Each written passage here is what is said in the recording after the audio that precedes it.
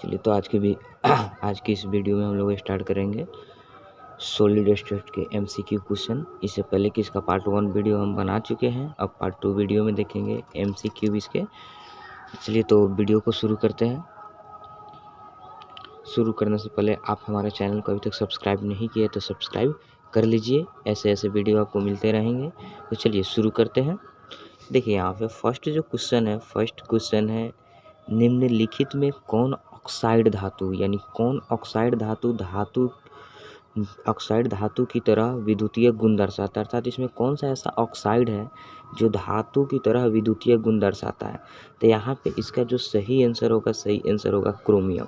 Chromium एक ऐसा oxide है जो धातु की तरह यानी कि विद्युतीय गुण दर्शाता है, क्योंकि इसके पास जो ऑक्साइड होता है ना क्रोमियम जो है ये ग्रुप डी के तत्व होते हैं, अर्थात इसके पास वेरिएबल ऑक्सीडेशन नंबर होता है, अर्थात ये वेरिएबल अपने वैलेंसी को दर्शा सकता है, जिसके वजह से इसके ऑक्साइड में धातु की तरह भी ये काम करता है। चलिए तो अब अगले क्वेश्चन की ओर चलते हैं। तो यहाँ पे हमारा सेकंड क्वेश्चन है ग्रेफाइड है, यानी ग्रेफाइड है आणविक ठोस, सहसंयोजक ठोस, आयनिक ठोस और धात्विक ठोस। तो ग्रेफाइड जो है हमारा ये है सहसंयोजक ठोस है।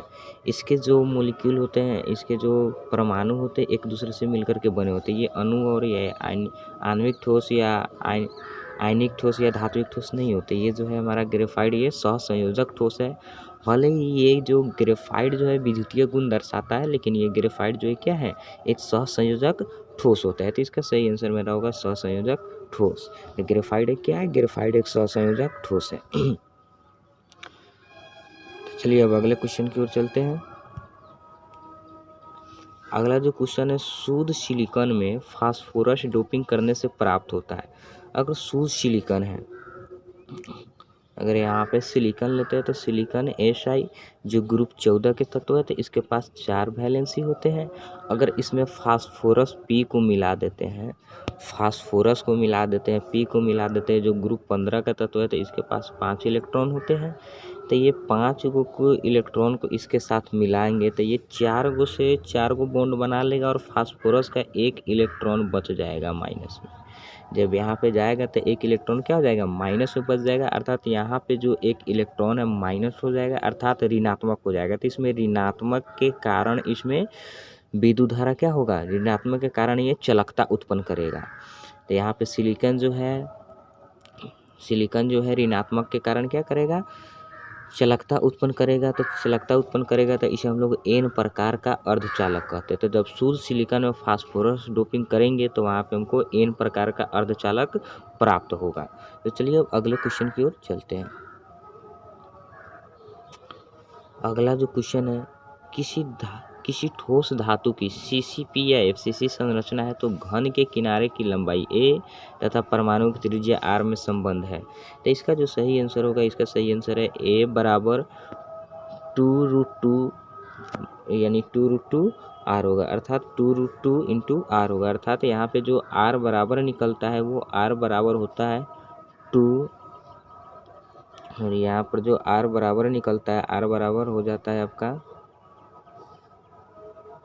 R बराबर निकालेंगे तो R बराबर होता है इसका A इंटू 2√2 होता है। यहाँ पे जो R का वैल्यू निकालेंगे तो A हो जाता है 2√2। तो R का वैल्यू A/2√2 हो जाता है। तो हमको A बराबर निकालना है, तो A बराबर निकालेंगे तो इसका कितना आ जाएगा, 2√2 इंटू R आ जाएगा। तो इसका जो सही आंसर होगा, इसका सही आंसर B होगा, A बराबर 2√2R। अगर किसी ठोस धातु की CCP या FCC संरचना है तो घन किनारे की लंबाई A तथा परमाणु त्रिज्या R में संबंध क्या होगा, तो A बराबर 2√2R होगा, या R बराबर A/2√2 होगा, या इसे ऐसे भी लिख सकते हैं √2, ये नीचे से ऊपर जाएगा तो √2A/4 भी आप इसे लिख सकते हैं, √2A/4। √2 से ऊपर भी मल्टीप्लाई करा सकते हैं और √2 से नीचे भी मल्टीप्लाई करा सकते हैं, तो ये आ जाएगा √2A/4। तो इस तरीके से भी रहता है। तो चलिए अब अगले क्वेश्चन की ओर चलते हैं। 5वें नंबर क्वेश्चन, तो यहाँ पे जो 5वां नंबर क्वेश्चन है, क्रिस्टल के घनत्व का सूत्र, अर्थात जो क्रिस्टल होते हैं क्रिस्टल के घनत्व निकालने के लिए सूत्र क्या होता है। तो क्रिस्टल का घनत्व अर्थात जनरल घनत्व का जो सूत्र होता है वो होता है द्रव्यमान बटा आयतन, अर्थात जो जनरल जो घनत्व का सूत्र होता है डी बराबर वो होता है द्रव्यमान एम बटा आयतन भी। तो यहाँ पर जो द्रव्यमान होगा मेरा, वह द्रव्यमान किसके लिए होगा, वह द्रव्यमान मोलिक्यूल के लिए होगा, जो इसमें जो अवयवी कण होते हैं उसके द्रव्यमान होंगे परमाणु के, और यहाँ पे जो भी है वो आयतन होंगे, किसके आयतन होंगे, तो यहाँ पे जो क्रिस्टल है घन है उसके आयतन होंगे। तो यहाँ पे अगर हम लोग डी बराबर निकालते हैं घनत्व बराबर, तो यहाँ पर इसका जो द्रव्यमान निकालने के लिए सूत्र होता है एक के लिए, तो यहाँ पर आ जाता है M by N A Avogadro संख्या, मोलर मास बाई एवोगाड्रो संख्या, और गुने यहाँ पे होता है जेड, अर्थात जो एक मोलिक्यूल के लिए निकालते हैं तो एक मोलिक्यूल में जो होता है मोलर मास बटा एन ए, अर्थात जितना भी मोलर मास है उतना बटा एन ए कर देंगे तो एक मोलिक्यूल का निकल जाएगा, एक परमाणु का निकल जाएगा, उसमें जितने भी परमाणु है जेड बराबर जैसे हो जाएगा आपका जेड बराबर के लिए अगर एस सी सी है तो उसमें एक लेंगे, एफ सी सी है तो 4 लेंगे, बॉडी सेंटर है तो 2 लेंगे, वो आपका जेड का मान हो जाएगा। और बटा भी है तो भी को हम लोग जो घन का आयतन है घन के किनारे को अगर ए मानेंगे तो बी बराबर यहाँ पे हो जाएगा हमारा ए क्यूब। तो इसका जो सही आंसर निकल के आता है Z M by A Q गुने एन ए क्यू गुने एन ए हो जाएगा, जेड हो जाएगा उसका परमाणु संख्या, क्रिस्टल में कितने परमाणु संख्या है, अवयवी कणों की संख्या हो जाएगा, और यहाँ पर एम जो है एम उसका मोलर मास हो जाएगा, और ए हो जाएगा आयतन, यानी ये आयतन जो है हमारा घन का आयतन निकालेंगे, और यहाँ पे एन ए एवोगाड्रो संख्या। तो यहाँ पे इसका जो सही आंसर बन रहा है, सही आंसर हमारा हो जाएगा डी। क्रिस्टल के घनत्व का सूत्र क्या है, तो जेड इंटू एम बट्टा ए क्यू गुने एन है, जहाँ जेड हो जाएगा क्रिस्टल जालक की संख्या। अब चलिए अब आगे देखते हैं अब 6ठे नंबर क्वेश्चन को।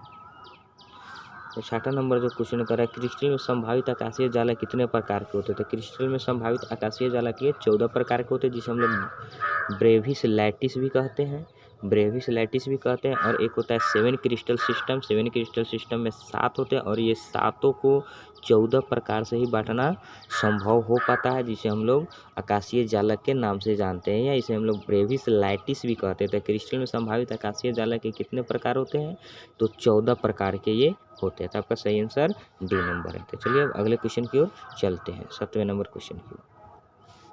7वां नंबर क्वेश्चन में कह रहा है कि Fe3O4 ठोस होता है। तो Fe3O4 जो ठोस है ये फेरी चुंबकीय ठोस है। यहाँ पर ये जो होता है ये फेरी चुंबकीय ठोस होता है, अर्थात इसमें कुछ न कुछ यानी कि चुंबकीय क्षेत्र में आकर्षित होने का कुछ न कुछ मान इसमें रहता है, इसलिए हम लोग इसे फेरी चुंबकीय मैग्नेटिक कहते हैं, यानी फेरी चुंबकीय कहते हैं। तो चलिए अब अगले 8वें नंबर क्वेश्चन की ओर चलते हैं। तो 8वां नंबर जो यहाँ पे क्वेश्चन है, शॉटकी दोष पाया जाता है। तो शॉटकी दोष पाया जाता है, तो शॉटकी दोष जो पाया जाता है ये आयनिक कंपाउंड में पाया जाता है। तो ये यहाँ पर जो NaCl है, NaCl में भी पाए जाते हैं, KCl में भी पाए जाते हैं, CaCl में भी पाए जाते हैं, अर्थात इसका सही ऑप्शन जो हो जाएगा ये डी हो जाएगा। अर्थात ये जो है शॉटकी दोष पाया जाता है, तो ये सभी में शॉटकी दोष जो पाया जाता है ये सभी में शॉटकी दोष पाया जाता है। फर्स्ट हो गया NaCl, सेकेंड हो गया KCl, और थर्ड जो हो गया CaCl, ये सभी जो है आयनिक कंपाउंड है। तो चलिए अब चलते हैं अगले नेक्स्ट क्वेश्चन की।